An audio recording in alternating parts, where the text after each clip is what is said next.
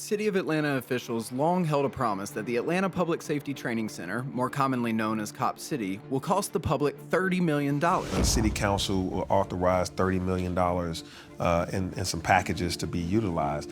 If a contractor says, oh, this is $1 million more, we'll have to find it somewhere else, which would likely be through philanthropic dollars. Our investigation revealed internal conversations indicating that the project will cost over $50 million in public funds just for the initial phase of construction. In a press release after the lease was signed in 2021, then Mayor Keisha Lance Bottoms said this $30 million contribution would come through a 30-year, $1 million a year lease, or a one-time $30 million contribution. However, the following month, Chief Operating Officer for the Bottoms administration, Jon Keene, began conversations with the Atlanta Police Foundation about doing both a $30 million lump sum payment and $1 million per year to pay off one of the Police Foundation's loans.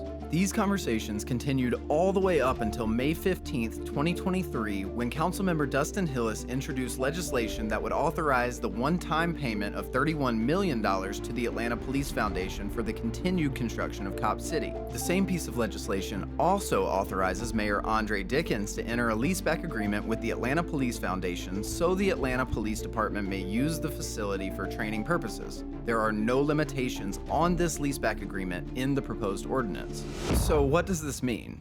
Well, after the City of Atlanta leased the land to the Atlanta Police Foundation for $10 per year, the foundation will now lease the land back to the city for what is likely to be at least $1 million a year for the next 20 years, bringing the total cost of Cop City under the proposed legislation to $51 million in public funds. The city is also in talks to add an additional phase to the project to include the promised public parkland, an E911 center, and fire rescue safety training facilities. In 2021, the Atlanta Police Foundation projected these additional elements will cost the city an extra $35 million, bringing the total cost for all of these elements to $86 million in public funds, nearly 3 times the amount that former Mayor Bottoms and current Mayor Dickens have consistently promised the citizens of Atlanta.